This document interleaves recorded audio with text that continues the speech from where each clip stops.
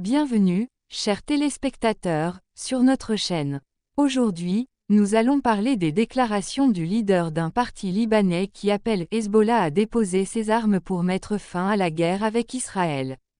Le leader des forces libanaises, Samir Geagea, a affirmé que Hezbollah doit abandonner ses armes pour mettre fin à la guerre que mène Israël contre le Liban. Lors d'une interview avec la presse, Geagea a appelé Hezbollah et l'État libanais à mettre en œuvre les accords locaux et les résolutions internationales visant à mettre fin à la présence de factions armées en dehors du contrôle de l'État.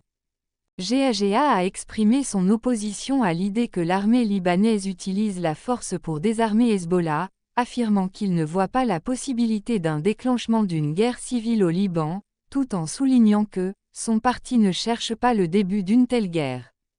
Dans le même contexte, Geagea a considéré que les pressions résultant de l'intense campagne militaire israélienne pourraient représenter une opportunité de ramener le Liban sur la bonne voie. Il a ajouté que le déplacement des Libanais chiites vers des zones sunnites et chrétiennes pourrait entraîner des problèmes supplémentaires dans un pays souffrant d'une profonde crise économique.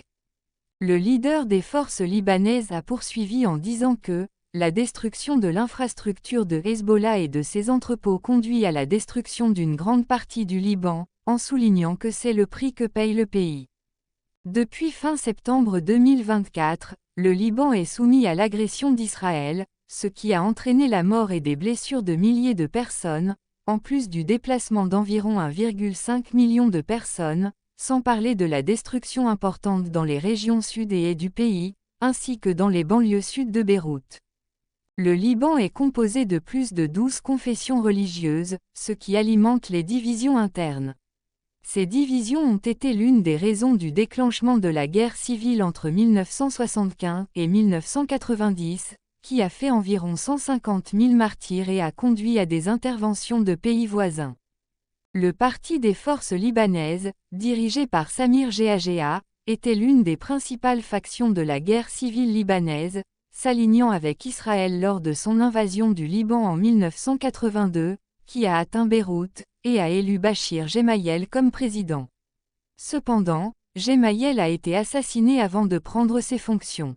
Néanmoins, Geagea a déclaré qu'il ne voit aucune similitude avec cette période actuellement.